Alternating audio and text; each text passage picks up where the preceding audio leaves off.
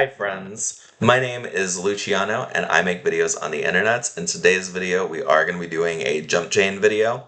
We're going to be talking about one specific thing, but if you are new here, I'm so excited to get to have the chance to know you. And if you are a returning friend, I'm so excited that you've decided to make me a part of your day again. We are going to go ahead and jump on down, but before we do, I definitely wanted to take a second to mention that this is a glossary of terms for jump chains. It is created by someone named Healthy Dragonfly, and it is a couple of years old. It has a lot of different terms that we are going to go ahead and just take a glance at. Anyone who wants to can totally feel free to pause this video at any point so that way they can see some of this stuff. Some of these terms have changed just a little in the time since this was published, but this is an extremely accurate and very handy sort of document for making sense of jump chain terminology. We are going to be talking about fiat backing today, just because it is such an important part of making sense of jump chains. I wanted to go ahead and share with people this resource just so that way people could see it. You could find it super easily by Googling jump chain glossary or by going to the jump chain subreddits and typing in glossary of terms. It'll be one of the first posts that pops up, and it is very well done. Let's go ahead and talk about fiat backing. Today, we are talking about fiat and fiat backing. Fiat is the means by which a jumper's out of context perks, powers, and items continue to function despite the new setting's lack of necessary physics, cosmology, all of that kind of stuff. Fiat is what makes a jump chain in the ideal sense that many people imagine when they imagine jump chains, a jump chain.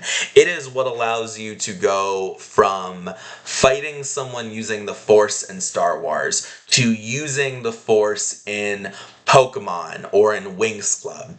It is the central bit that allows your stuff to continue working even in settings where it shouldn't work, and comes with all of the fun bits of that. It's also worth noting that Fiat typically operates by making you better, or by making your powers immune to things and not reliant on stuff, rather than changing a setting itself. Now, there are plenty of exceptions to this, and there are many item-based exceptions to this, but especially with perks, typically the changes will happen inside of you. Your connection to your powers will become something that cannot be severed and cannot be overcome, and that is the reason why your powers will continue to work, rather than the setting changing in some way to accommodate the powers in question. Fiat backing, which is the next term in our very lovely little document,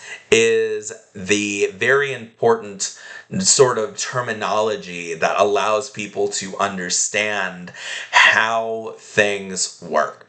And the very important bit here for fiat backing is the second definition, which is that it's a term used to describe the effects of drawbacks that will occur if drawbacks are selected. The effects are imposed as a result of the jump dock rather than something intrinsic to the setting, and have their own form of fiat backing that takes precedence over other fiat-backed things. The easiest way to make sense of what that means is that if you have a perk that makes you a super cool, super handsome, or super pretty person who can speak really eloquently and effectively, and you select drawbacks that make you look like a thumb and that take away your eloquence and that make you not cool, the perks that you selected that guarantee that you are cool, that you're super handsome, that you're super good at talking,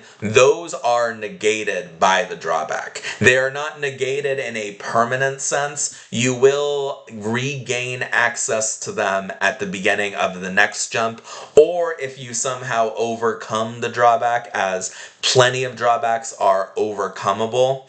But while the drawback is active, you are going to be saddled with the effects of the drawback, even if you have perks that directly negate what the drawback says it does. So just keep that in mind when you are designing builds. We're also going to take a second in this video to talk about drawbacks. We are now on the part of the glossary that has the definition for drawbacks. This definition right here is one of the handiest definitions that I think I've ever seen in this whole thing. It is also almost completely 100% accurate. The one bit that I would change is I would change the first sentence a little. The way that this is written implies to many, especially people who read things very literally, that a drawback only directly affects a jumper, and this is not true. A drawback is essentially any sort of challenge in a jump document that negatively affects the jumper or the setting in a way that makes it a little bit more dangerous, a little bit more risky, a little bit more challenging in exchange for giving a jumper additional points. And understanding what that means versus what this means is very important, because this right here implies that drawbacks only affect jumpers, and that is definitely not the case. A really good example of this that I can think of is in generic fire manipulation. In generic fire manipulation, there is a drawback that says that there is an evil cult that is determined to summon a destructive god of fire that is very powerful. And if the cult succeeds, the fire god will be unleashed on the world, and that is very difficult to overcome. A jumper could very definitely take that drawback and then just leave. Now, I would rule that the drawback has some way of following the jumper in some capacity. So maybe if you take the drawback and you go to a different galaxy, the fire god that is summoned will be inextricably drawn to where you are if you don't otherwise act to prevent the fire god from being summoned. That kind of thing. But obviously this means that the idea that a drawback must directly negatively affect you specifically is just not true.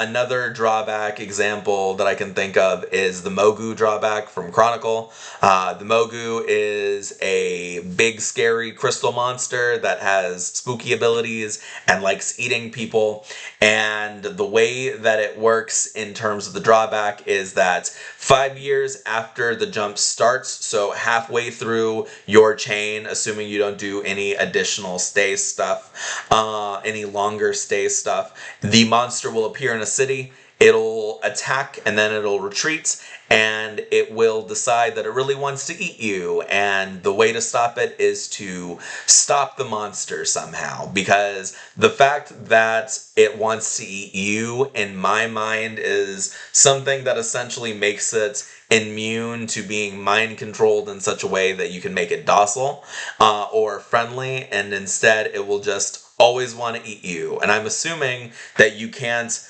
negotiate with it in some way, although your chain, your rules. So if you have a bunch of super cool charisma perks and you deal with the first attack and then you have a conversation with it, I'm assuming that, I don't know, maybe you probably could talk it down if your jumper is just that much of a cool guy, because the drawback does not necessarily mean that you can't negotiate with it or anything, just that it's a big scary monster that wants to eat you, and thus the simplest solution is probably going to be to turn it from a living scary monster that wants to eat you into a dead scary monster that wanted to eat you. Past tense.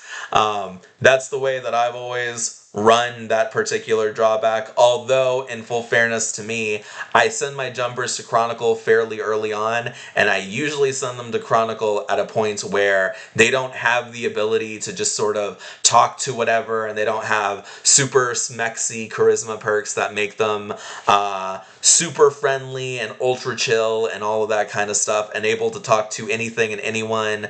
Yeah, I usually send them to Chronicle when Chronicle is still a setting where there is some sort of challenge to be overcome, and not just a place where they can just walk in and say, I rule the world, and everyone is just like, yeah, man, you rule the world. Maybe I'm doing jump chains wrong, I guess. But yeah, so the central purpose of a drawback in terms of what it does for your jumper is to make a time and a setting more interesting, and then in the long term it is to allow your jumper to purchase additional stuff that they take with them that gets fiat backed in both this jump and in future jumps. And I do think that that's going to be the point where I go ahead and finish out this video. I probably will have a video that focuses on drawbacks specifically, where I just share some of the ones that I really like. But that is not the point for today's video. I hope that you've enjoyed this video. I know that I've had fun talking about this, and I can't wait to talk to you guys again. Bye-bye, everyone!